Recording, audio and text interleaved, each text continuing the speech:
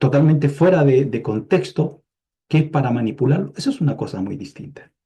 Pero el creador,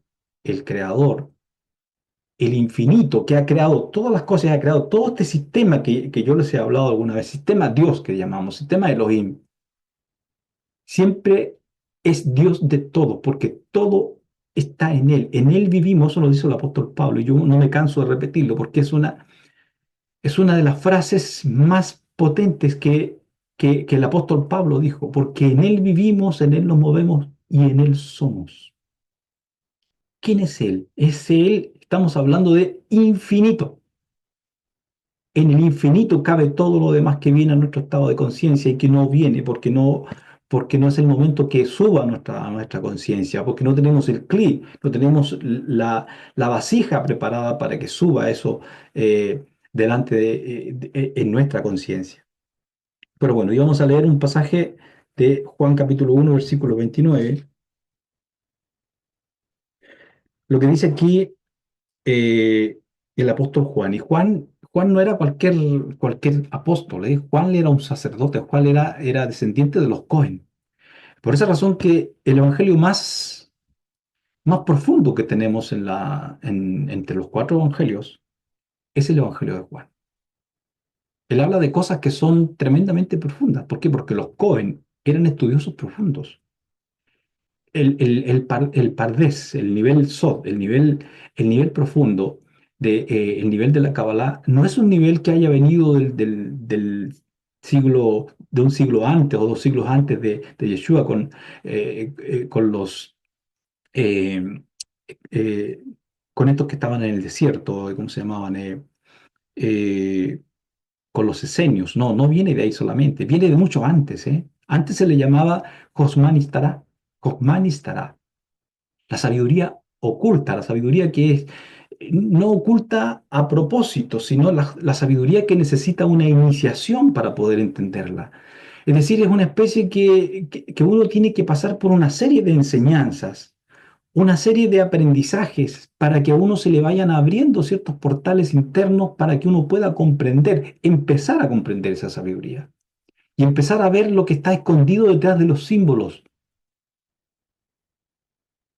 Entonces, ¿qué es lo que pasa? La mayoría de la gente, todavía, la mayoría de la gente en el planeta, la mayoría, incluso la mayoría dentro de Israel mismo, eh, está viendo solamente lo externo, la manifestación externa, pero no está viendo la, la raíz, no está viendo, digamos, la energía que oculta esa metáfora, la energía que oculta ese hecho, la energía que oculta esa acción física que el creador manifestó de una u otra forma.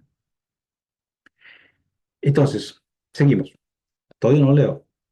Perdonen que me vaya tanto en esto, pero es que quiero aprovechar este tiempo lo más que puedo para comentarles muchas cosas, ¿eh?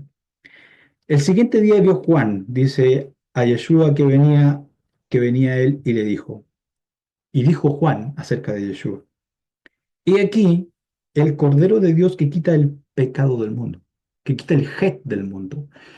La palabra pecado en español tiene un sentido inmediatamente que da como miedo, ¿no? Da como, ay, pecado, uf, caramba. Entonces la persona siente una sensación de como de salir arrancando. ¿Qué hice? Oh, qué tan mal hice. Het en hebreo, het significa error, desvío, desviarse. Y aquí, dice Juan, el Cordero de Elohim, el Cordero de Elohim que quita el pecado, que quita ese desvío del hombre, ese desvío inicial, lo que conocemos en el huerto del Edén cuando el hombre comió del árbol del fruto del bien y del mal, del árbol de la ciencia. Y aquí el Cordero de Elohim que quita el pecado del mundo. Este es aquel de quien yo dije, después de mí viene un varón el cual es antes de mí, porque era primero que yo. Y yo no le conocía, más para que fuese manifestado Israel. Por eso vine haciendo tevilá, purificación con agua. Tenemos un primer acercamiento a quién es Yeshua. Lo dice aquí nada menos que Johanan, que es el Bautista, el que fue precursor, como está escrito también en el profeta Malaquías, que enviaré delante de ti el que anunciará el que traerá la redención. Entonces, Johanan, eh, Yeshua mismo dice en un momento, pregunta, ¿quién es Johanan? Cuando Juan estaba preso previo ya y le iban a cortar la cabeza. Todos deben conocer esa historia en el Evangelio. Y dice, ¿a quién saliste a ver al desierto? A un hombre de delicadas ropas. No, dice, esos están en los palacios. A un profeta. Sí, dice, y mucho más que un profeta. Y este dice, es aquel Elías que había de venir, refiriéndose a Juan el Bautista. O sea, Juan no era cualquier personaje que estaba allí. Era el alma del profeta Eliyahu que estaba en el profeta, bien digo también, en el profeta Juan, que estaba allí anunciando que había llegado el momento de la redención con el Mesías allí presente. Entonces, veamos que dice, que quita el pecado del mundo, que quita el pecado del mundo. Aquí tenemos que ver unos detalles muy, muy importantes y muy interesantes con respecto a lo que es la redención. Eh,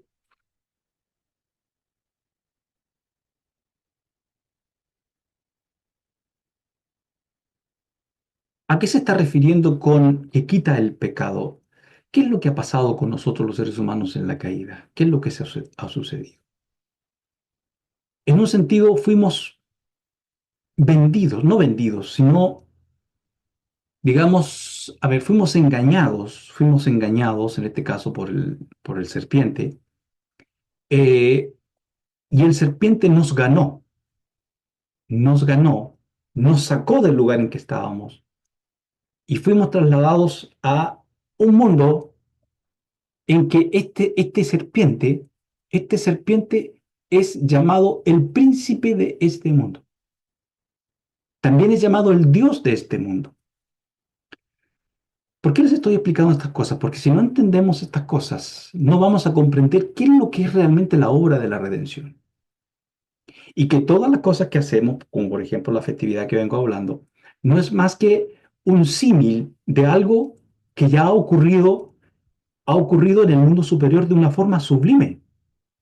Porque si bien es cierto, todos los años se venía haciendo y todavía lo seguimos haciendo. Pesaj, viene Pesaj y en el judaísmo hay un tremendo alboroto, en el judaísmo tradicional ortodoxo. Tremendo alboroto. ¿Y para celebrar qué? Realmente Pesaj. Ya he explicado un poco que no es realmente Pesaj.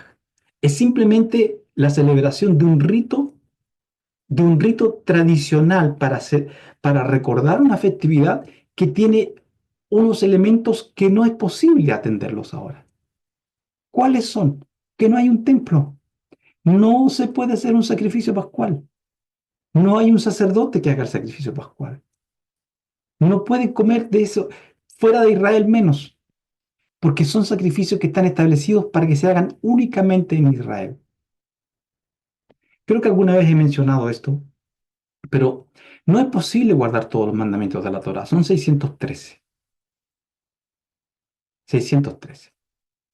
De esos 613 mandamientos, hay mandamientos que son únicos para los Cohen, únicos para los Cohanim, los descendientes de Aarón. Otros únicos para los levitas. Otros únicos que son para mujeres, otros únicos que son para varones, otros únicos que son para guardar en la tierra de Israel, otros únicos que son para guardar si hay templo, y etcétera, y muchas otras cosas más. Entonces, ¿cuántos de esos mandamientos nos quedan para guardar? Nos quedan muchísimo menos. Entonces, la respuesta a eso hace que la Torá quede inválida. No queda inválida de ninguna forma, no, porque la Torá es eterna. La Torá es eterna. Pero la Torá hemos tenido que irla acomodando a medida que pasan los años y pasan los siglos para que la Torá nos siga enseñando el modo de vida de cómo llevar nuestro ser interno con la mayor rectitud delante del Creador. Pero tenemos que estar muy claros que hay cosas que no son más que ritos pero que ya no tienen validez. ¿Tienen validez en qué sentido? En que nos mantienen en una tradición, es que nos mantienen en una cultura, nos mantienen en un estado de conciencia que sabemos, la Torá enseña esto, la Torá es guía, la Torá ya. Sí, bien, todo perfecto. Pero con respecto a estas cosas son sombras. Ya les voy a leer unos pasajes escriturales para que no piensen que estoy disparando solo de lo que se me ocurre, sino todo lo que estoy diciendo está en las escrituras. Eh, entonces, bueno, estoy diciendo que el tema que estamos ahora tratando de dilucidar, por qué razón Yeshua es el Cordero de Dios que quita el pecado del mundo? Y dije, porque nosotros en cierto punto fuimos caídos. ¿En qué sentido caímos? Porque antes estábamos en un lugar que se llamaba el huerto del Edén, el Gan Edén. Ahí teníamos comunión con el Creador, con el que nos creó, el Dios que nos creó en aquel entonces, y no teníamos separación ni división con Él. Pero cuando ocurre esto de comer del árbol de la ciencia del bien y del mal, fuimos sacados de ese lugar y traídos a este planeta. Les voy a hablar en ese sentido para que entendamos más claro. Porque podríamos ir traídos a este mundo, ¿no? Traídos a este planeta, que es un mundo, claro, es un mundo en el que vivimos. Y resulta que este planeta ya estaba gobernado ¿por quién? Por este personaje que aparece allí convertido o aparentemente como una serpiente. El serpiente, en realidad, porque en el hebreo es el Nahash, el serpiente, no es la serpiente, es el serpiente. Es un personaje varón, es un personaje masculino el que le habla a la mujer, con un cuerpo, no un cuerpo de serpiente. No, esa es una metáfora que es una serpiente. Aquí entra muy claro y lo podemos entender ahí con toda la arqueología que hay cuando se habla del tema de los Anunnakis. Tengo que decirlo porque es así. Este personaje llamado el serpiente era un descendiente de estos seres que hoy se les llama Anunnakis, que viene de la literatura de los pueblos más antiguos, de los pueblos más antiguos en donde comenzó toda la civilización. La civilización partió en la Mesopotamia, en toda esa zona, donde se habla de que estaban los Anunnakis antiguamente. Y hay tablillas, y hay jeroglíficos, y hay un montón de cosas antes de los escritos que tenemos en la Torá. Y muchas de esas cosas la Torá los repite. Lo he explicado eso también muchas veces. No hay ningún problema que la Torá repita esas cosas, porque es la historia que venía transmitiéndose por siglos, de generación en generación. Por lo tanto, Moshe tomó de eso también porque es la realidad.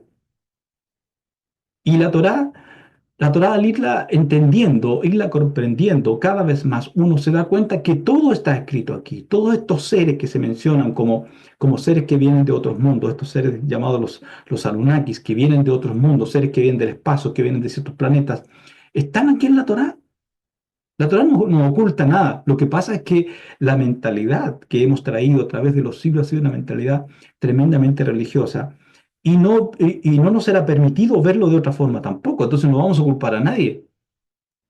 No vamos a decir, no, que los antiguos eran aquí. No, los antiguos sabían cosas y sabían mucho más que lo que sabemos nosotros ahora. Lo que pasa es que como la gente no estaba preparada para tener semejante revelación, semejante conocimiento, pues lo pusieron de la forma en cómo se entendía en la época.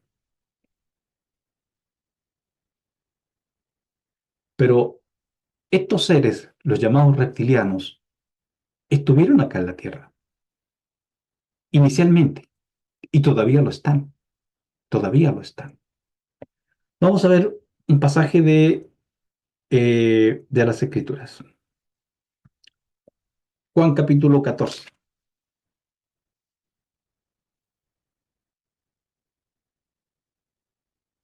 Juan capítulo 14, estamos en el mismo Evangelio, capítulo 14, versículo 30.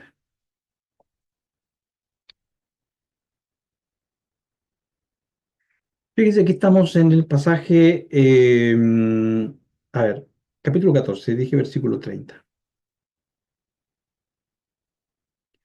No hablaré ya mucho con vosotros, dice el maestro, porque viene el príncipe de este mundo y él nada tiene en mí. Mas para que el mundo conozca que amo al Padre y como el Padre me mandó, así hago. Levantaos, vamos de aquí. Pero fijémonos en el versículo 30. Evangelio de Juan, Evangelio de Juan, Versículo 30. No hablaré ya mucho más con vosotros, porque viene el príncipe de este mundo. ¿Quién es el príncipe de este mundo? ¿A qué se refiere el maestro? Vean el contexto de todo esto que está aquí. El príncipe de este mundo es el Satán. Entonces, cuando Juan dice en el capítulo 1, dice, y aquí el Cordero de Dios que quita el pecado del mundo, quiere decir que al haber el hombre comido del árbol de la ciencia del bien y del mal, cayó de su estado primario y en eso fue en cierto punto como comprado por este personaje llamado el serpiente, el Satán, que es uno de estos seres que ya les he mencionado claramente. ¿Ah? No, no he ocultado nada de lo que entiendo. Si estoy equivocado, lo voy a rectificar, pero no creo que esté equivocado en lo que estoy diciendo. Son estos seres llamados reptilianos. Hay demasiadas pruebas ya con respecto a esto. Y he sido muy serio en estar investigando sobre estas cosas, para decirlo. Y no solamente les digo que de la gente que estudia y gente mucho más preparada que yo, lo sabe también. Y también algunos ya han dicho sobre este asunto. Entonces, cuando dice, quita el pecado del mundo, quita el error, el desvío del mundo en que nos hizo caer, digamos, en las garras de este príncipe, de caer en este mundo en que está gobernado por este ser llamado el Satán y sus secuaces. Y usted dirá, pero ¿dónde, cómo partió todo este asunto? ¿Cómo partió?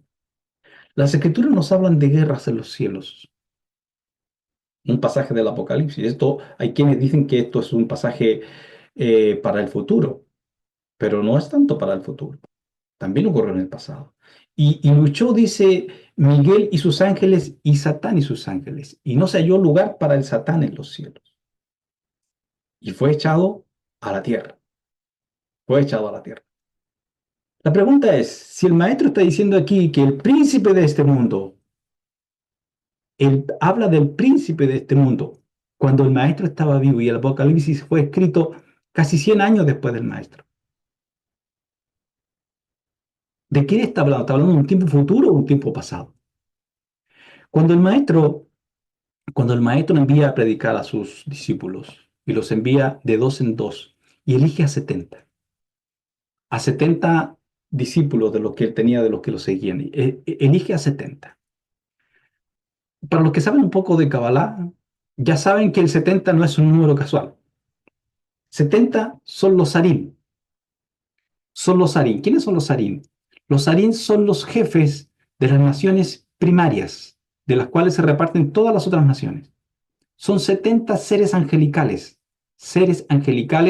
y estos seres angelicales sabemos que se rebelaron en contra de la voluntad del Creador. Y estos son los que tienen aprisionadas las naciones bajo su dominio. ¿Y quién es el que gobierna entre ellos? El príncipe de este mundo, llamado el Satán. Entonces, ¿por qué mandó a 70? El maestro eligió a 70, uno por cada zarín, uno por cada príncipe. Una forma de mostrar de que el dominio que el maestro como Mesías traía era un dominio para dominar todo. Por eso está escrito también en uno de los evangelios que dice por ahí. Dice que él vino y ató al hombre fuerte y minó su casa, robó su casa. Eso significa, en el contexto del evangelio, que vino el maestro como enviado superior del mundo superior. El reino de Dios estuvo en él, palpado, y él dio poder y autoridad a sus discípulos para hollar serpientes, para echar fuera demonios, sobre todo poder del maligno. Dio poder.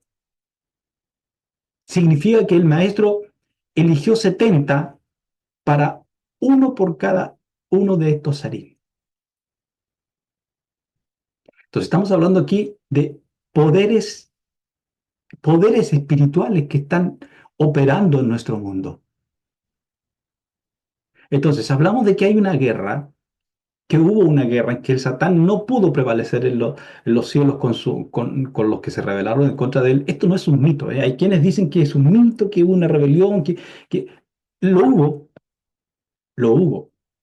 Ahora, esto no tiene nada que ver, no tiene nada que ver con que el infinito esté en problemas aquí, no, no, todo esto tiene un plan divino. Pero sin embargo, dentro de este plan está este proceso de rebelión, este proceso de rebelión que entre toda la bajada de la luz, recordemos que la bajada de la luz desde el punto de vista de la Kabbalah, y aquí tengo que hablarles Kabbalah de cualquier manera, no puedo evitarlo, de hablarles Kabbalah para poder entender esto.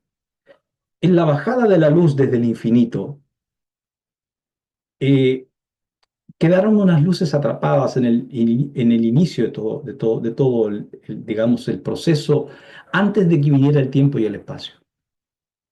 Se conocen como las 288 clipot que atraparon luz. Pero primariamente el problema del mal de esta lucha de esta dualidad que se produce, que la trajo el infinito a propósito, porque para que se produzca la dinámica de la vida tenía que haber una dualidad. Y entre las primeras cosas que se hacen duales en sí, está la potencia que el creador crea, la potencia masculina y la femenina. Está la luz y la oscuridad. Está el bien y el mal. Y esto está escrito en el profeta Isaías, que dice, porque yo creo, el profeta Isaías, el profeta Jeremías, porque yo creo la luz y yo creo la oscuridad. Yo hago el bien y yo hago el mal. Yo hago la herida y yo curo la herida. Eso está escrito, pues. Está aquí. Te dirá, ¿es que nunca lo vi? Pues búsquelo. Búsquelo y lo va a encontrar. Profeta Jeremías, profeta Isaías.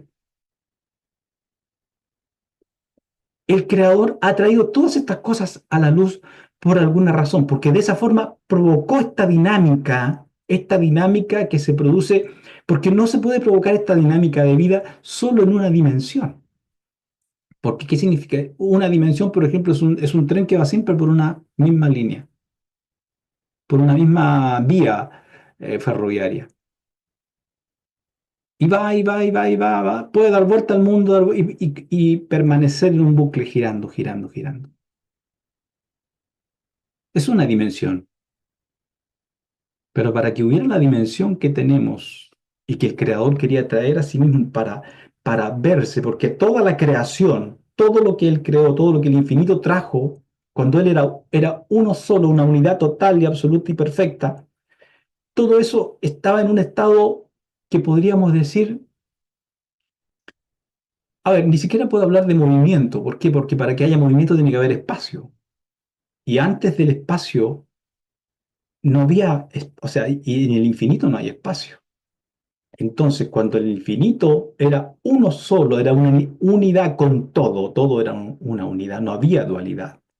Él se desdobló en una parte de él, no completo, porque no es posible que el infinito se desdoble completo. O puede ser, porque no hay nada que no sea imposible para él. Pero se desdobla y saca una vasija, lo que he hablado algunas veces de la metáfora de la luz y la vasija. Y la vasija es toda la creación. Y la creación lo que hace actúa como espejo para reflejar al infinito. Y la luz se refleja en el infinito. Ambos son el reflejo el uno del otro.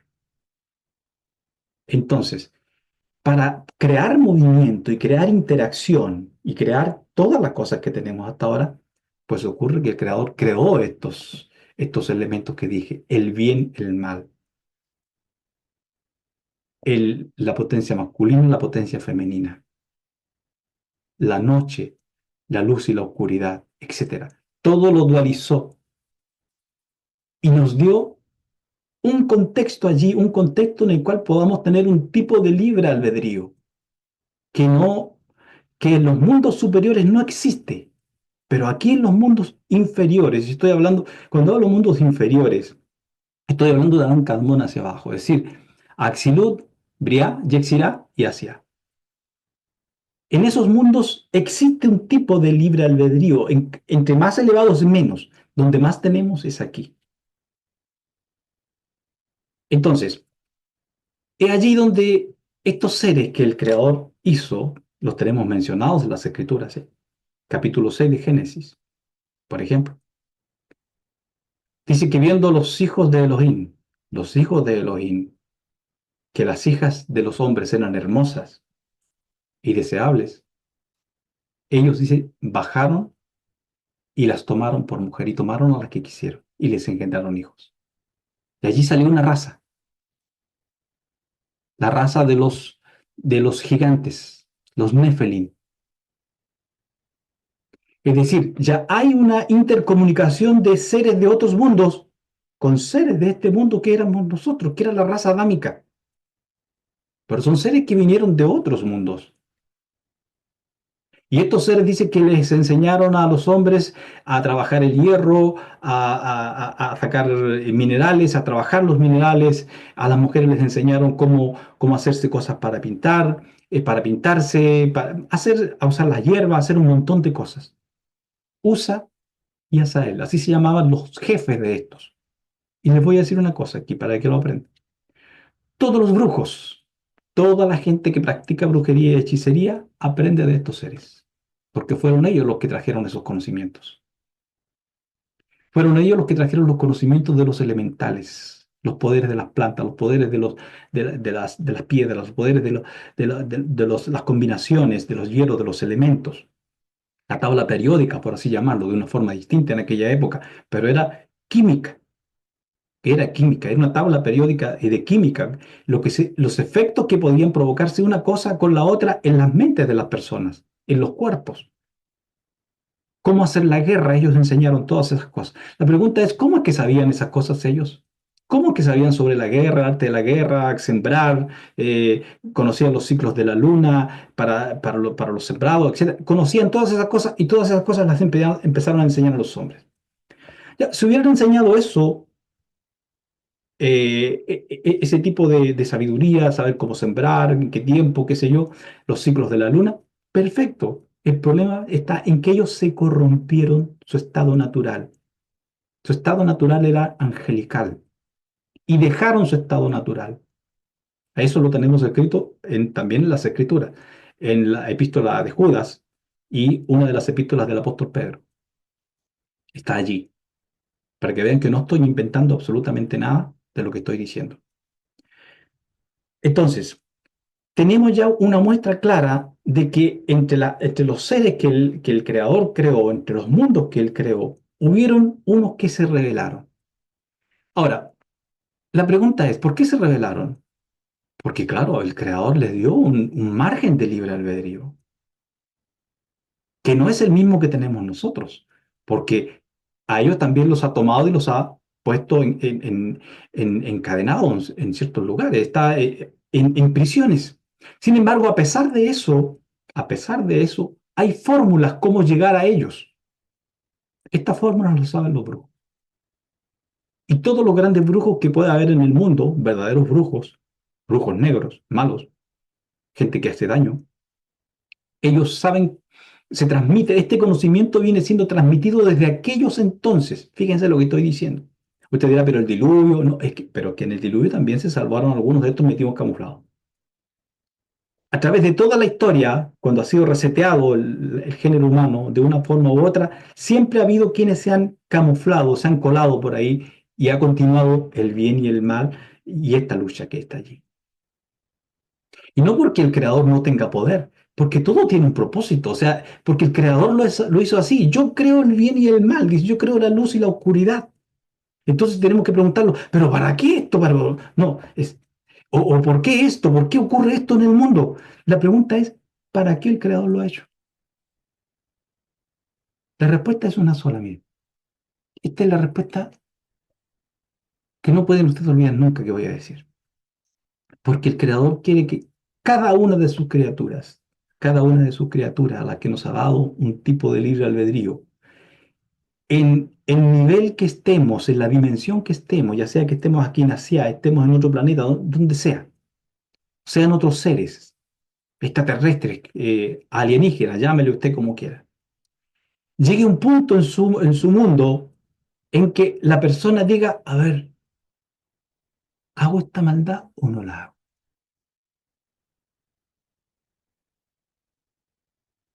¿Me voy por el lado oscuro o lo dejo? Es saber qué sentimos, qué soy capaz de sentir yo. Si vamos por la calle, voy a dar un ejemplo. Si vamos por la calle y vemos a una anciana o un anciano, o cualquier persona, da igual, en realidad, anciano, anciano, lo pongo porque puede ser un poco más fuerte, ¿no? O digamos un anciano ya va, se pagó de su jubilación y es todo el dinero que tiene para el sustento de su mes, va, y como ya a sus años las personas se ponen un poco más olvidadizas, qué sé yo, se le cae su billetera. Se le cae su billetera, no hay nadie por ahí, y justo voy yo ahí, ¿ah? O a usted, y veo que se le cae la billetera y se le ven los billetes adentro, se le ven sus cosas ahí. Y la persona sigue, sigue, y no hay nadie. Es el momento. Le voy a decir una cosa. Toda la historia suya, a lo mejor, era para que llegara ese momento. Toda mi historia era para que llegara a ese momento. ¿Qué voy a sentir? ¿Qué siento? A ver, se me hela el corazón y pienso solo en mí. Digo, pucha, que esto me sirve para esto, para aquí, para allá, y ya lo tomo. Calladito, nadie vio. O eso no existe en mí. Lo he quitado de mí. Nunca estuvo en mí. Por lo tanto, inmediatamente tomo eso y llamo o corro y le digo, señor, se le cayó esto. O señora, se le cayó esto.